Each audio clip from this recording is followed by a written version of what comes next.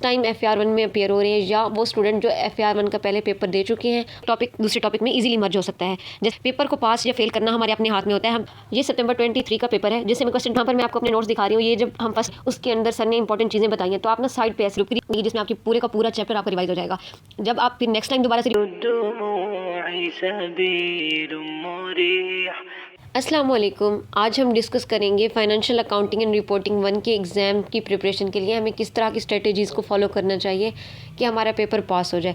ये वीडियो उन स्टूडेंट्स के लिए है जो फर्स्ट टाइम FAR 1 में अपीयर हो रहे हैं या वो स्टूडेंट जो FAR 1 का पहले पेपर दे चुके हैं और वो कुछ मार्क्स से रह गए हैं और उनका पेपर पास नहीं हुआ। इस वीडियो में एज अ स्टूडेंट मैं वो टिप्स शेयर करूँगी जिनको मैंने फॉलो किया और जिनको आप फॉलो करके ईज़िली अपने FAR 1 के एग्ज़ाम की प्रिपरेशन कर सकते हैं। बाकी भी ये जो मैं यहाँ पे टिप्स बताऊँगी वो आप अपने बाकी पेपर्स पे भी अप्लाई कर सकते हैं। यहाँ पर मैं नोट्स, लास्ट 2 मंथ की रिवीजन, किसी भी सब्जेक्ट की एग्ज़ाम ग्रेड काफ़ी इंपॉर्टेंट होती है। यहाँ पर हम FAR 1 की ग्रेड को देखें तो उसे 3 हिस्सों में डिवाइड किया गया है, ABC, जिसमें first portion 35 to 45 marks carry करता है, सेकेंड पोर्शन 20 to 30 और थर्ड पोर्शन 30 to 40। इस वेटेज को कंसीडर करते हुए हम अपने रिवीजन प्लान को प्रायोरिटाइज कर सकते हैं कि जिस पोर्शन में से ज़्यादा मार्क्स का पेपर बनना है हम उस पर ज़्यादा फोकस करें। नो डाउट हमें सारे टॉपिक्स कंप्लीट करके जाने हैं, क्योंकि एक टॉपिक दूसरे टॉपिक में इजीली मर्ज हो सकता है। जैसे कि मैं आपको बताती हूँ, आपने IS 16 किया हुआ है, उसके बाद IS 23 बोरिंग कॉस्ट है, तो बोरिंग कॉस्ट के क्वेश्चन में ना आपको IS 16 की ट्रांजैक्शन भी मिल सकती हैं। इसी तरह सपोज़ हमारे पास statement of changes in equity या कैश फ्लो का कोई क्वेश्चन आ सकता है, तो इसमें ना हमें IS 16 की ट्रांजैक्शन भी मिल सकती है, हमें बोरिंग कॉस्ट की भी ट्रांजैक्शन मिल सकती हैं, हमें इन्वेस्टमेंट प्रॉपर्टी की भी ट्रांजैक्शन यहाँ पे मिल सकती हैं। वो किसी टाइप का भी क्वेश्चन दे सकता है जिसमें वो बहुत सारे टॉपिक्स को मर्ज कर सकते हैं, इसलिए सिलेबस में कोई चीज़ छोड़ने तो बिल्कुल भी नहीं है। सम टाइम वो ग्रिड जिसमें से कम मार्क्स दिए हुए होते हैं हम उसे इग्नोर कर देते हैं, हम कहते हैं लास्ट में बस रिवाइज कर लेंगे, ऐसा बिल्कुल भी नहीं है। जहाँ पर जैसे ग्रिड B है ना, तो इसमें बहुत अच्छा क्वेश्चन बनता होता है। आप देखें यहाँ पर 20 से 30 मार्क्स आप मिनिमम भी कंसीडर कर लें, यहाँ से 20 मार्क्स का तो पेपर लाजमी आना है। इस ग्रिड में थ्योरी प्लस न्यूमेरिकल पोर्शन दोनों के चांसेस होते हैं। सम टाइम वो थ्योरी पूछ लेता है कंसेप्चुअल फ्रेमवर्क से, सम टाइम छोटा सा शॉर्ट क्वेश्चन भी दे सकता है। इसी तरह जो एनालिसिस वाला क्वेश्चन है ना, ये तो काफ़ी अच्छा क्वेश्चन बनता है, इसलिए हमें अच्छे से सारी प्रिपरेशन करनी चाहिए। पेपर को पास या फेल करना हमारे अपने हाथ में होता है। हम पेपर के दौरान भी बहुत सारी ऐसी मिस्टेक्स करते हैं जिसकी वजह से हमारे पेपर हम फेल कर देते हैं।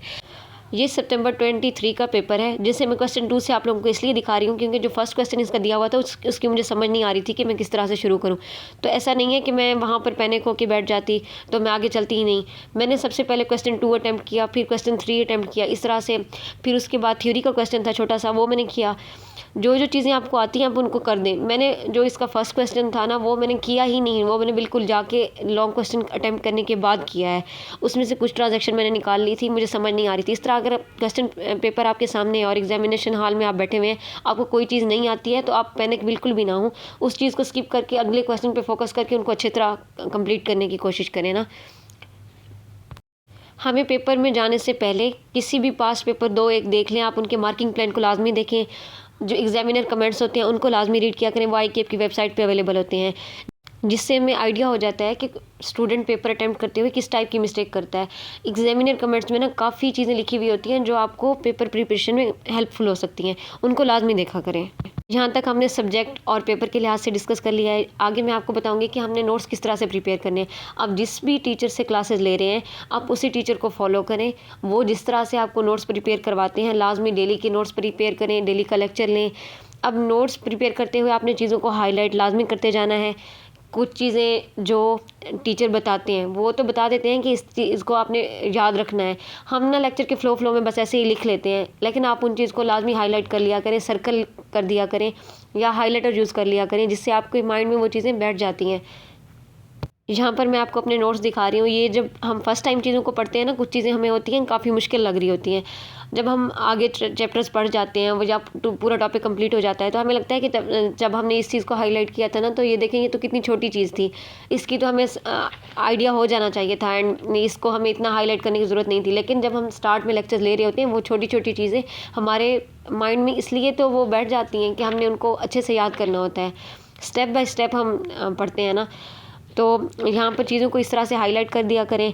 और अपने पास ना जो मेन टॉपिक्स होते हैं, लाइक एक टॉपिक है, आपने उसके नोट्स बनाए हैं, उसके अंदर सर ने इंपॉर्टेंट चीज़ें बताई हैं, तो आप ना साइड पे ऐसे रजिस्टर के ऊपर ना मार्कर से या पेंसिल से 1 2 3 लिख दिया करें कि मतलब ये न्यू आइडिया था, सेकंड थिंग ये न्यू आइडिया था। क्योंकि जो भी टीचर पढ़ाते हैं ना, तो वो एक आइडिया उन्होंने दिया, न्यू कॉन्सेप्ट दिया, तो उसके बाद ना उसके उन्होंने प्रैक्टिस क्वेश्चन करवाए हैं। तो हम प्रैक्टिस क्वेश्चन करते हैं, फिर उससे नेक्स्ट थोड़ा सा आगे जाके नया कॉन्सेप्ट आ जाता है। तो इस तरह से हमें ना नंबरिंग कर देनी चाहिए कि ये न्यू कॉन्सेप्ट था, ये न्यू कॉन्सेप्ट था। इस तरह से हमारे सारे कॉन्सेप्ट मिल के ना हमारे एक पूरे चैप्टर की रिवीजन बन जाती है। अगर हमारे पास फाइनल जब हम रिवीजन में बैठते हैं तो हम सिर्फ उन्हीं पॉइंट्स को भी देख लें, प्रैक्टिस तो हमने ऑलरेडी पहले की हुई थी। प्रैक्टिस बहुत ज़्यादा ज़रूरी चीज़ है, तो वो चीज़ें हमारे लिए काफ़ी हेल्पफुल होती हैं कि हम उन टॉपिक को देख लें, उन चीज़ों को देख लें जिनकी हमने नंबरिंग की हुई होती है। तो इससे हमें आइडिया हो जाता है कि यहाँ पर ये कॉन्सेप्ट था, ये कॉन्सेप्ट था, इस चैप्टर में 5 कॉन्सेप्ट थे, इस चैप्टर में 10 कॉन्सेप्ट थे। इस तरह से ये चीज़ लाजमी करनी है।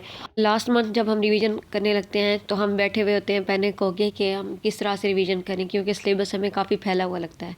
तो इसका सोल्यूशन ये है कि जब आप पहले प्रैक्टिस करते हो ना क्वेश्चंस की, तो उस टाइम पे ना आप एक क्वेश्चन किया आपने, उसमें कोई न्यू टाइप की एंट्री आई है जो आपको या तो डिफरेंट लगी है या न्यू थी। सम टाइम ऐसे भी होता है कि कुछ एंट्रीज़ पहले भी हम कर चुके होते हैं, लेकिन पहले हमारे माइंड में वो इस तरह से हाईलाइट नहीं होती हैं जो इस टाइम पे हो रही होती हैं। तो आप उस क्वेश्चन में उसी एंट्री को जहाँ पर आपने उसका सोल्यूशन किया है, जैसे भी उसको लिखा है, तो उसको हाईलाइटर के साथ या पेंसिल के साथ ऐसे सर्कल कर लें। वो एक प्रोमिनेंट टाइप चीज़ बन जाएगी। जब आप नेक्स्ट टाइम सिर्फ रजिस्टर ही खोलेंगे तो आपको आइडिया हो जाएगा कि यहाँ पर तो ये न्यू टाइप की एंट्री थी ना। एंड सेकंड थिंग, कुछ चीज़ों को अपने पास उर्दू में राइट कर लिया करें। इस तरह ये आपको मेमोराइज हो जाती हैं और कंसेप्ट आपके क्लियर हो जाते हैं। और इस तरह हाईलाइट करके उनको सर्कल कर दिया करें, तो आपको कोई भी इशू नहीं होगा रिवीजन में। लास्ट मंथ में आपने रिवीजन इस तरह से करनी है। उसके लिए आपको पहले से ही, जब आप अभी प्रिपरेशन कर रहे हैं, तो आपने अपने पास एक व्हाट्सएप ग्रुप क्रिएट कर लेना है हर चैप्टर के लिहाज से। उस ग्रुप में सिर्फ आप अपने आप को ऐड कर दें, अपना कोई दूसरा नंबर ऐड कर दें, किसी फ्रेंड का ऐड कर दें, उसे रिमूव कर दें। उसके बाद आप जस्ट आप ही होंगे। तो उसमें आपने, जब आपका चैप्टर कंप्लीट हो जाता है, तो एक ऑडियो रिकॉर्ड कर लेनी है। अपनी नोटबुक को और क्वेश्चन बुक को अपने सामने रखना है। जो जो चीज़ें आप टीचर ने बताई होती हैं, जो आपने जिस तरह से कंसेप्ट को कंपाइल किया होता है, तो उस ऑडियो में आपने खुद को समझाना है, तो वो ऑडियो रिकॉर्ड कर लेनी है। जैसे मैंने आपको नंबरिंग का बताया था कि हर कंसेप्ट को चैप्टर के लिहाज से आपने नंबरिंग देनी है, तो उनको आपने यहाँ पर इस ऑडियो में बोल देना है कि मतलब इस तरह से मैंने इस चीज़ को समझा था, ये किया था, प्रैक्टिस इस तरह से की थी। कोई क्वेश्चन था जो आपको लगता है दोबारा से मुझे अटैम्प्ट करना चाहिए, या इस क्वेश्चन में हाईलाइटेड एंट्री थी, उन सब चीज़ों को उसी ऑडियो में आपने रिकॉर्ड कर लेना है। ज़्यादा से ज़्यादा 10 15 या 20 मिनट की ऑडियो बनेगी, जिसमें आपकी पूरे का पूरा चैप्टर आपका रिवाइज हो जाएगा। जब आप फिर नेक्स्ट टाइम दोबारा से रिवीजन करेंगे, तो उस ऑडियो को सुन के फिर दोबारा से अपने चैप्टर रिवाइज कर लें। फिर भी आपको लगता है कि कुछ और एडिशन करनी है, तो आप सेकंड ऑडियो उसी ग्रुप में आप ऐड कर सकते हैं। इस तरह से बार बार आपकी रिवीजन भी अच्छी हो जाएगी। और आपको जब लास्ट मंथ में या पेपर से पहले, आप 2 दिन पहले रिवीजन कर रहे होंगे ना, हर टॉपिक का आपके पास ज़्यादा से ज़्यादा 20 मिनट की भी ऑडियो बनी हुई होगी, आपका पूरे का पूरा चैप्टर रिवाइज हो जाएगा। ये बहुत ही बेनिफिशियल चीज़ है। इन सब चीज़ों को अपने माइंड में रख के प्रिपरेशन करें और अपनी प्रैक्टिस को अच्छे से अच्छा करें। इंशाल्लाह आपका पेपर पास हो जाएगा। Best of luck. Thank you so much.